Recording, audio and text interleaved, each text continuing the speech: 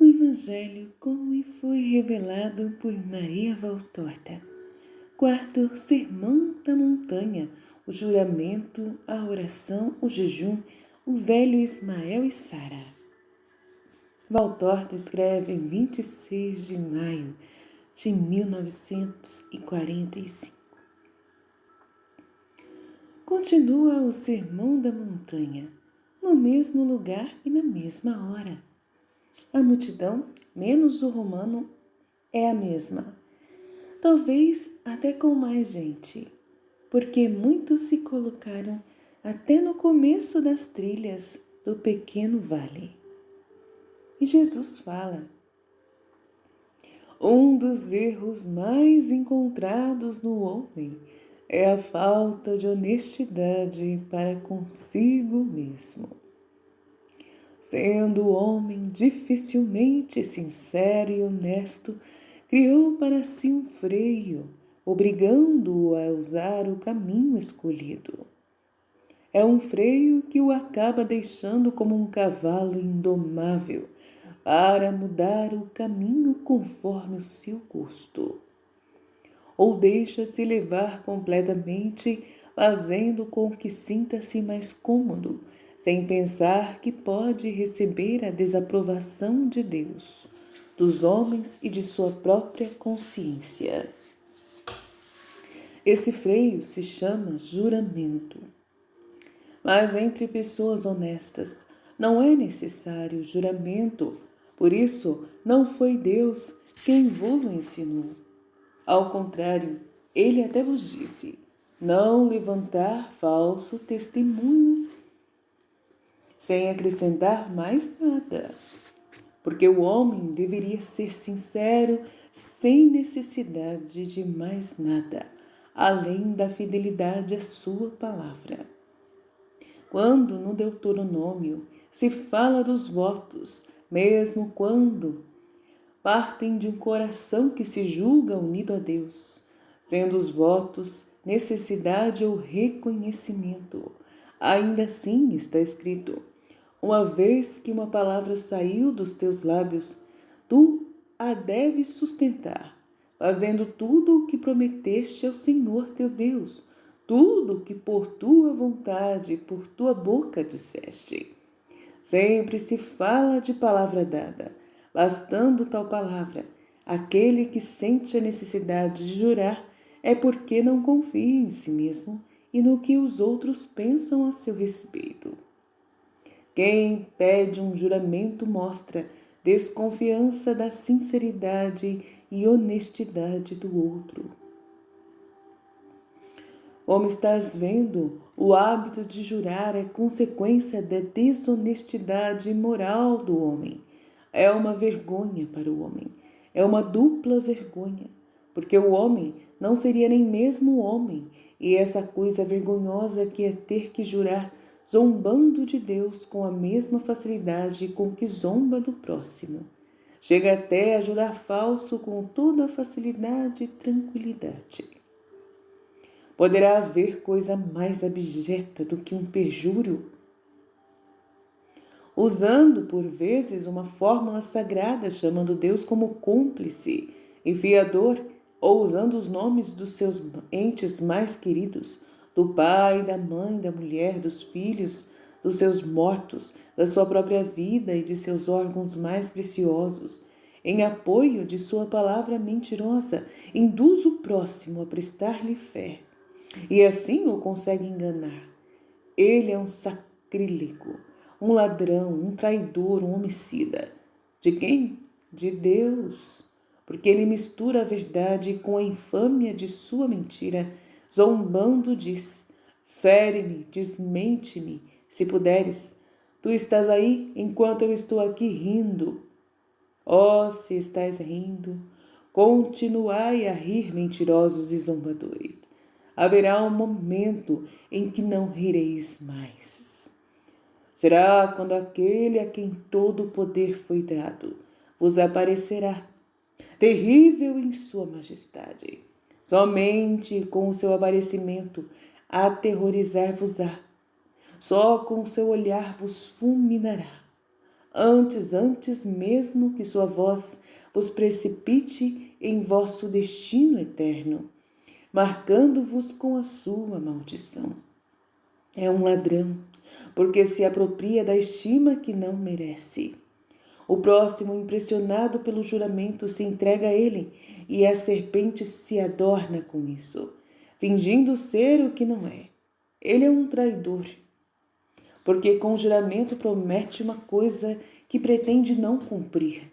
É um homicida, porque ou mata a honra do seu semelhante, tirando-lhe a estima, ou mata sua alma, porque o perjuro é um pecador abjeto aos olhos de Deus, que mesmo quando não vemos a verdade, Ele vê. Deus não pode ser enganado, nem com palavras falsas, nem com ações hipócritas. Ele vê, nem por um instante perde de vista nenhum dos homens. Não existe fortaleza tão bem munida, nem porão que seja tão profundo, que o olhar de Deus não consiga penetrar até no vosso interior, na fortaleza que o homem traz ao redor do seu coração. Deus penetra, Ele vos julga, não pelo que jurais, mas pelo que fazeis. Por isso, depois que o juramento foi colocado em evidência, como freio à mentira e à facilidade de faltar com a palavra dada, substitua aquela ordem por outra. Já não digo, como os antigos, não jures falso, mas guarda os teus juramentos. Mas eu vos digo, não jureis nunca, nem pelo céu, que é o trono de Deus, nem pela terra, que é o escabelo dos seus pés, nem por Jerusalém e seu templo, que são a cidade do grande rei e a casa do Senhor nosso Deus. Não jureis nem pelos túmulos dos antepassados, nem por suas almas. Os túmulos estão cheios de partes inferiores do homem, partes que os animais também têm, e as almas deixai-as em suas moradas. Fazei que não sofram e nem se horrorizem, se são almas de justos que estão no conhecimento antecipado de Deus. Ainda que seja um conhecimento antecipado, um conhecimento parcial, pois até que o momento da redenção não possuirão ainda Deus na plenitude de seus esplendores.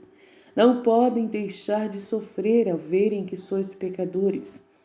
Se eles não são justos, não aumenteis o seu tormento, lembrando-o com o vosso pecado do pecado deles. Deixai os santos mortos em paz. Deixai os mortos não santos em suas penas. Não tireis nada de uns, nem acrescenteis nada aos outros, porque apelar aos mortos. Eles não podem falar. Os mortos santos não podem, porque a caridade os proíbe. Deveriam vos desmentir infinitas vezes. Os condenados também não, porque o inferno não abre suas portas, e os condenados não abrem as bocas, a não ser para maldizer.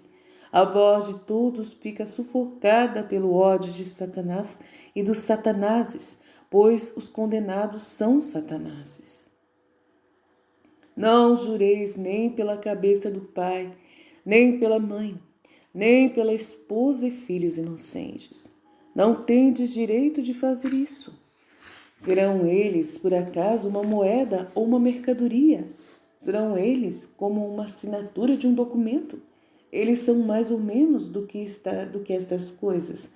São sangue e carne do teu sangue, ó homem. Mas são também criaturas livres, e tu podes usar delas como de um aval para o teu juramento falso. Serão eles menos do que uma assinatura tua? Porque tu és inteligente, livre e adulto, tu não és incapaz, ou uma criança que não sabe o que faz, precisando ser representada pelos pais. Tu és um homem dotado de razão, e por isso és responsável por tuas ações, e deves agir por ti mesmo, dando como aval para as tuas ações e para tuas palavras a tua honestidade e a tua sinceridade, a estima que soubeste fazer nascer do teu próximo, e não a sinceridade dos parentes e a estima que eles têm dos outros. Os pais são responsáveis. Os pais pelos filhos? Sim, mas somente enquanto eles são menores. Depois, cada um é responsável por si mesmo. Nem sempre nascem justos de justos, e nem sempre uma mulher santa é casada com um homem santo. Por que então usar como base de garantia a justiça de quem está ao vosso lado? De um pecador também podem nascer filhos santos, e enquanto inocentes todos são santos. Por que então buscar a ajuda de quem é puro para aprovar um ato impuro, que é o vosso juramento que pretendeis violar? Não jureis, nem mesmo pela vossa cabeça, pelos vossos olhos, vossa língua e vossas mãos. Não tendes este direito. Tudo quanto tendes é de Deus.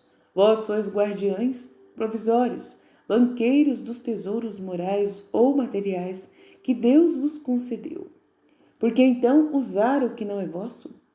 Podeis pôr mais um fio de cabeça em vossa cabeça ou mudar a cor de vossos cabelos? Se não podeis fazer isso, por que é que usais então à vossa vista a palavra liberdade de vossos membros para dar força a um juramento falso? Não desafieis a Deus. Ele poderia pegar-vos em vossa palavra e fazer ficarem secos os vossos olhos, assim como pode secar as vossas árvores frutíferas, ou arrebatar-vos os filhos, arrancar as vossas casas, a fim de que vos lembreis de que Ele é o Senhor e de que vós sois uns súditos, sendo maldito o que se faz de si mesmo um ídolo, a ponto de julgar-se mais do que Deus, desafiando-o com suas mentiras. O vosso falar seja sim, sim e não, não, nada além disso. O que se diz além disso é sugerido pelo maligno, para rir-se de vós, que não podendo lembrar de tudo o que disseste, cais em mentiras, tornando-se objeto de zombaria, sendo conhecidos como mentirosos. Sinceridade, meus filhos, tanto nas palavras como na oração. Não façais como os hipócritas, que quando oram gostam de ficar nas sinagogas ou nos cantos das praças, para serem vistos pelos homens, elogiados como homens piedosos e justos, enquanto depois no interior das famílias são culpados diante de Deus e diante do próximo. Não refletis que isso é um juramento falso? Por que quereis vós afirmar o que não é verdade, com a intenção de conquistar uma estima que não mereceis? A oração hipócrita tem a intenção de dizer: em verdade eu sou santo, juro diante dos olhos dos que me veem e que não podem mentir, dizendo que não me viram orando. Como um véu estendido sobre a maldade latente, a oração feita com tais intenções se torna uma verdadeira blasfêmia. Deixai que Deus vos proclame santos e fazei que toda a vossa vida proclame em lugar de vós. Este é um servo de Deus, mas vós, por amor a vós mesmo, calai-vos. Não façais de vossa língua, movida pela soberba, objeto de escândalo para os olhos dos anjos. Melhor seria que vos tornasseis mudos naquele mesmo instante, se é que não tendes força para dominar o orgulho e a língua. Os proclamando justos e agradáveis a Deus. Deixai para os soberbos e os falsos esta pobre glória. Deixai para os soberbos e os falsos essa efêmera recompensa. Pobre recompensa. Ela será como eles desejam, não terão outra, porque não se pode ter. A verdadeira glória do céu é eterna e justa, ou é a glória não verdadeira da terra que dura durante a vida de um homem, ou até menos, e sendo injusta e será cobrada. Depois desta vida, sendo paga com uma punição humilhante.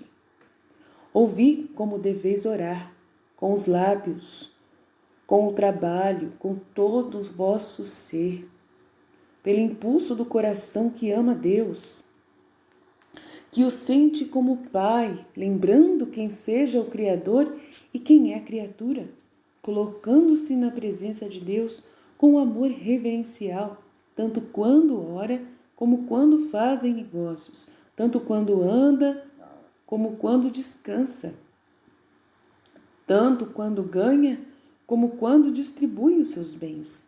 Eu disse por impulso do coração. Esta a qualidade primeira e essencial, porque tudo vem do coração. Como o coração, assim será a mente, assim será a palavra, o olhar e a ação.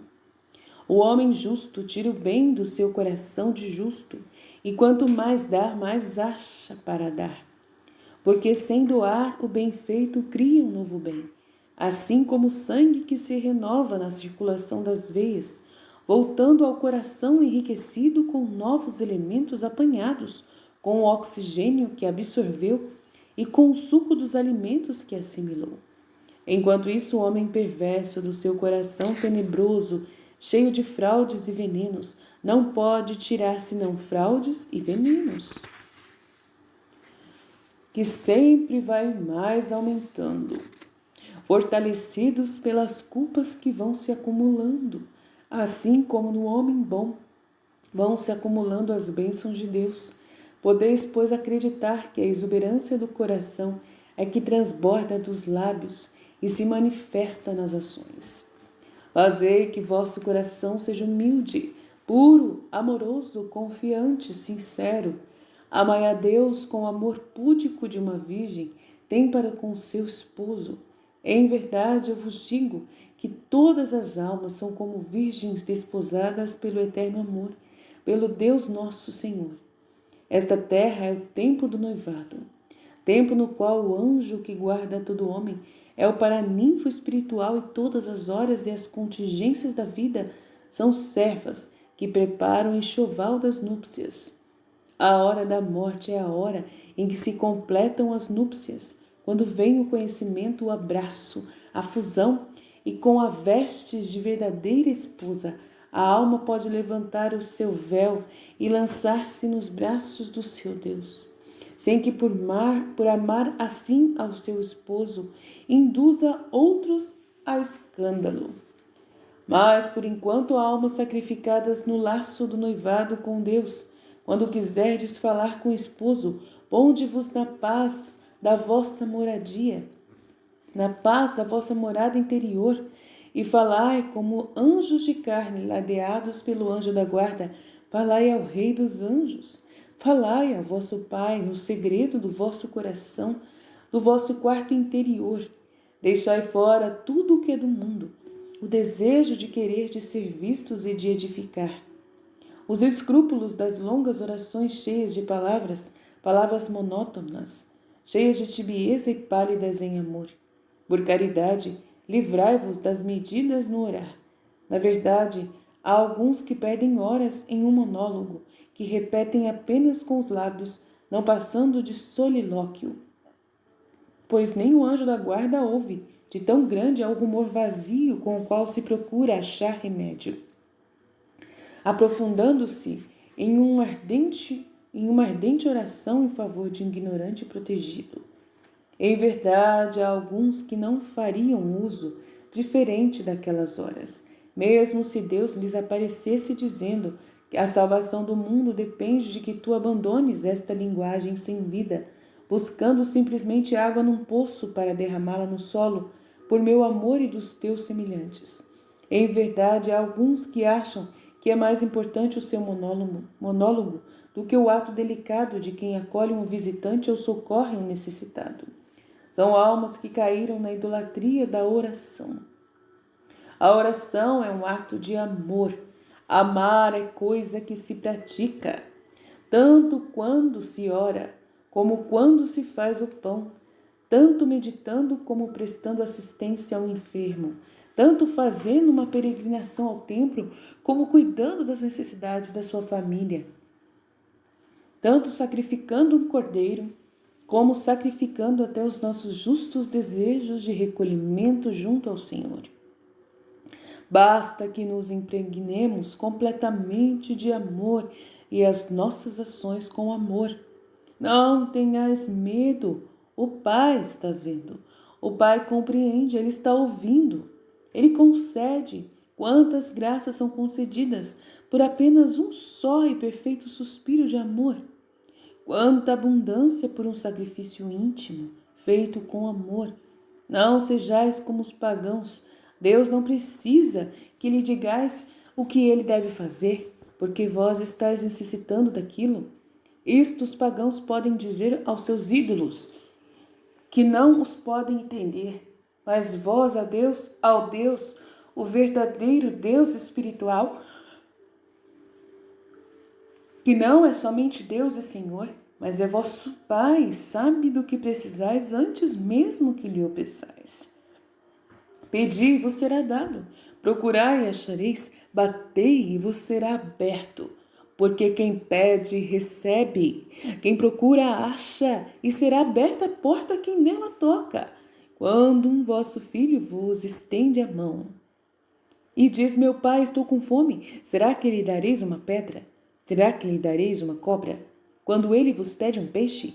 Não, mas vós lhe dais pão e peixe, e além disso, o acariciais e abençoais, porque para o pai é um prazer alimentar seu filho e vê-lo feliz sorrindo.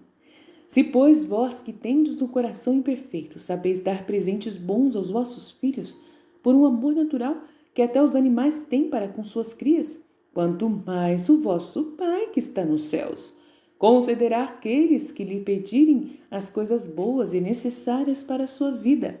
Não tenhas medo de pedir e não tenhas medo de ficar sem receber. Mas eu quero vos alertar para um erro muito comum. Não façais como os fracos na fé e no amor, os pagãos da verdadeira religião. Porque mesmo entre os que têm fé há pagãos, cuja pobre religião é um emaranhado de superstições e de fé, um edifício arruinado pela metade, no qual se infiltram as ervas parasitas de toda espécie, a ponto de encher-se de gretas, destruindo-se, enfraquecidos e pagãos, percebem que sua fé está morrendo se não forem atendidos. Vós pedis, achais que é justo pedir. De fato, para aquele momento não deixaria de ser justa aquela graça, mas a vida não termina naquele momento. O que é bom hoje não pode não ser amanhã.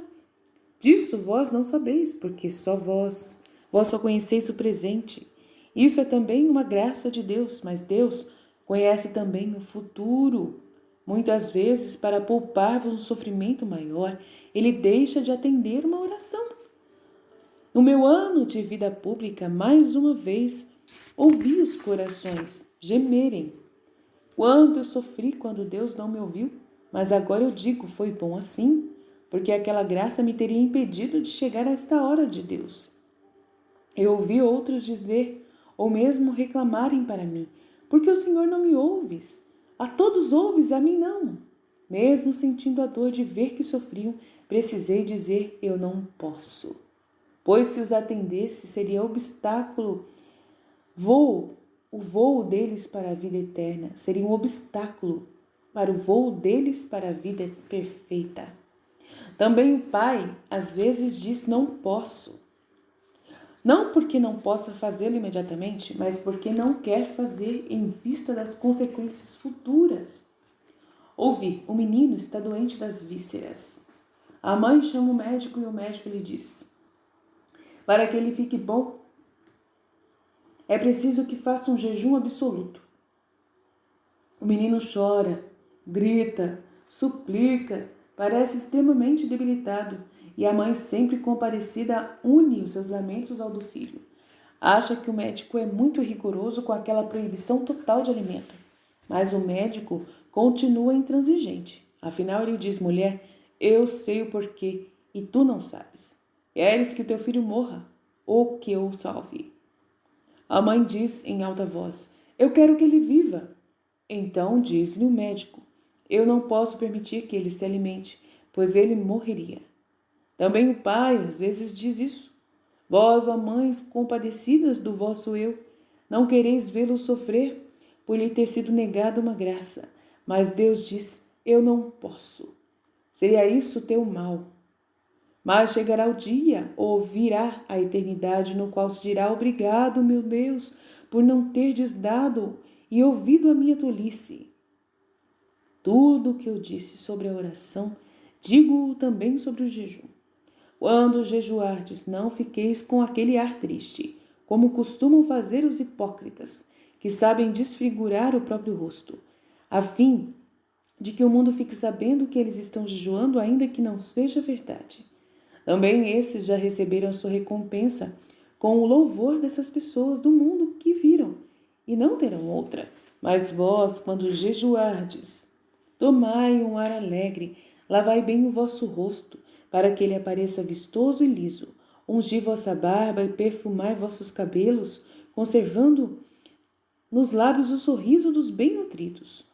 Pois, na verdade, não há alimento que nutra tanto quanto o amor. Quem jejua com espírito de amor se nutre de amor. Em verdade vos digo que, ainda que o mundo vos chame de vaidosos ou publicanos, o vosso Pai está vendo o vosso heróico segredo e vos dará uma dupla recompensa. Uma pelo jejum e a outra pelo sacrifício de não procurar ser louvados por causa dele. Agora, ide dar comida ao vosso corpo, depois de ter nutrido a vossa alma. Aqueles 2 pobrezinhos fiquem conosco, eles serão os hóspedes benditos que darão sabor ao nosso pão. A paz esteja convosco. Os 2 pobrezinhos ficam. São uma mulher muito magra e um velho já bem velho, mas eles não estão juntos. Estavam ali por acaso, reunidos com os outros, e tinham ficado em um canto deprimidos, estendendo inutilmente suas mãos aos que passavam diante deles. Jesus vai diretamente a eles, que não têm coragem de aproximarem-se, e os toma pelas mãos, levando-os para o centro do grupo dos discípulos. Estão debaixo de uma tenda que Pedro ergueu num canto e sob a qual eles talvez poderão abrigar-se de noite e fazer suas reuniões nas horas mais quentes do dia. É um galpão coberto de folhagem e de capas, mas está servindo para o que queriam, mesmo sendo tão baixo que Jesus Iscariotes, os 2 mais altos, têm que encurvarem-se para entrarem nele. Aqui está o pai e aqui está a irmã. Trazei tudo o que temos. Enquanto vamos tomar a nossa refeição, ouviremos a história deles. Pessoalmente, Jesus vai servindo os 2 que, envergonhados, discorrem as lamentações de suas narrações. O velho tinha ficado sozinho depois que a filha foi-se embora para longe com seu marido, esquecendo-se do pai. A velha também ficou sozinha depois que a febre matou seu marido, deixando-a doente. O mundo nos despreza porque somos pobres, diz o velho. Eu vivo pedindo esmolas para juntar dinheiro para a Páscoa. Estou com 80 anos, sempre eu fiz a Páscoa, e esta pode ser a última vez, mas não quero ir para o seio de Abraão com nenhum remorso. Eu perdoo a minha filha, assim como espero ser perdoado. Quero fazer a minha Páscoa. Longo é o caminho, pai. Mas longo é do céu se faltar ao rito. Anda sozinho e se sentires mal pelo caminho, o anjo de Deus me fechará os olhos. Jesus o acaricia na cabeça, trêmula e branca, e pergunta à mulher: E tu? Eu procuro trabalho. Se eu fosse bem alimentada, ficaria curada dessas febres. Curada, poderia trabalhar até nos trigais. Crês que só o alimento te curaria? Não temos a ti, mas eu sou uma coisa pobre demais para poder pedir piedade. Se eu te curasse, que quererias depois? Nada mais, já teria tido muito mais do que eu posso esperar. Jesus sorri e lhe dá um pedaço de pão molhado em um pouco de água e vinagre que serve de bebida.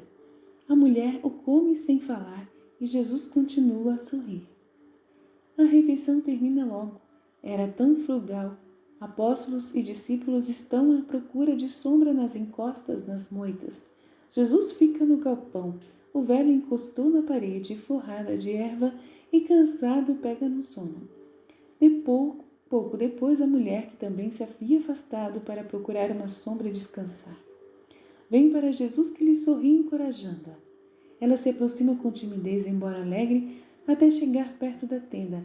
Depois sente-se vencida pela alegria e dá uns últimos passos com rapidez, deixando-se cair de bruços, com um grito meio sufocado. Tu me curastes, bendito! É a hora do grande calafrio e eu não tenho mais. Oh! e beija os pés de Jesus. Tem certeza que estás curada? Eu não te falei nada. Pode ter sido um acaso. Oh, não. Agora compreendo o teu sorriso. Quando me deste aquele pão, o teu poder penetrou em mim com ele. Eu nada tenho para dar-te em troca, a não ser meu coração. Manda a tua serva, Senhor, e ela te obedecerá até a morte. Sim, estás vendo aquele velho? Está sozinho e é um justo. Tu tinhas um marido, e a morte o levou. Ele tinha uma filha e o egoísmo a tirou dele. Ele está pior do que tu, mas não diz imprecações. Não é justo que ele vive sozinho nas últimas horas. Sê tu para ele uma filha. Sim, meu senhor. Mas olha bem, que isso significa trabalhar por dois. Ah, agora estou forte e eu farei. Vá então, até lá, à beira daquele barranco, e dize ao homem que está descansando, aquele que está vestido de cinzento, que vem até mim. A mulher vai sem demora e volta com Simão os Zelotes. Vem cá, Simão, preciso falar-te. Tu fica esperando aí, mulher. Jesus se afasta a alguns metros dali. Achas que Lázaro teria dificuldade em receber mais uma empregada? Lázaro, mas eu acho que ele nem sabe quantos são seus empregados, um a mais, um a menos. Quem é? Uma mulher, eu a curei e... Basta, mestre, se tu a curastes é sinal de que a amas. E o que o amas, para ele é sagrado. Pode deixar comigo que eu respondo no lugar dele. É verdade. O que eu amo é sagrado para Lázaro. Tu disseste bem. Por isso Lázaro se tornará santo, porque amando o que eu amo, amará a perfeição. Eu quero pôr aquele velho na companhia daquela mulher e fazer que aquele patriarca faça com alegria sua última Páscoa. Eu quero muito bem aos velhos santos e se lhes posso dar um passatempo sereno, fico feliz. Tu queres bem também as crianças. Sim, os doentes, e os que estão chorando, e os que estão sozinhos. Oh, mestre meu, mas não percebes que queres bem a todos, até os teus inimigos? Eu não percebo isso, Simão. Amar é a minha natureza. Olha, o patriarca está acordando. Vamos dizer-lhe que ele fará sua Páscoa com uma filha perto dele, sem sentir mais falta de pão. Eles voltam à tenda onde a mulher os espera e vão juntos os três até o velho, que está sentado amarrando as sandálias. Que estás fazendo, pai? Vou descer para o vale. Preciso encontrar abrigo para a noite. Amanhã vou pedir esmola pela estrada e depois, sempre descendo dentro de um mês, se eu não morrer, estarei no templo. Não, não devo ir. Por quê? Porque o bom Deus não quer. Não irá sozinho. Esta mulher irá contigo, ela te levará para onde eu disser. E sereis acolhidos por amor de mim. Farás a tua Páscoa sem te cansares. A tua cruz já a levaste, Pai. Deixa agora, recolhe-te em ação de graças ao bom Deus. Mas por quê? Por quê? Eu não mereço tudo isso. Tu, minha filha, é mais do que se me desses 20 anos. Para onde é que me envias? O velho está chorando por detrás da moita de sua grande barba. Irás para a casa de Lázaro de Teófilo. Não sei se o conheces. Oh, eu sou dos confins da Síria e me lembro de Teófilo. Mas, ó filho bendito de Deus, deixa que eu te abençoe. Jesus, sentado como está na relva, bem na frente do velho, de fato se curva para deixar que o velho, todo solene, lhe imponha as mãos sobre a cabeça, trovejando com sua voz cavernosa de ancião as palavras da antiga bênção. O Senhor te abençoe e te guarde, o Senhor te mostre a tua face e tenha misericórdia de ti, o Senhor volte o seu rosto para ti e te dê a paz. Jesus, Simão e a mulher respondem juntos: assim seja. E assim termina a visão Fiat.